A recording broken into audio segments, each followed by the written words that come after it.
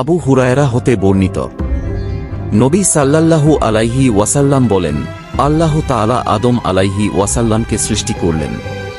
তাঁর দেহের দৈর্ঘ্য ছিল 60 হাত। অতঃপর তিনি আল্লাহ তাঁকে আদমকে বললেন, যাও, ওই ফেরেশতা দলের প্রতি সালাম করো এবং তাঁরা তোমার সালামের জবাব কিভাবে দেয় তা মনোযোগ দিয়ে শোনো, কারণ সেটাই হবে তোমার এবং তোমার সন্তানদের সালামের রীতি। অতঃপর আদম আলাইহি ওয়াসাল্লাম ফেরেশতাদের বললেন, আসসালামু আলাইকুম। ফেরেশতা মণ্ডলী তার উত্তরে আসসালামু আলাইকা ওয়া রহমাতুল্লাহ বললেন।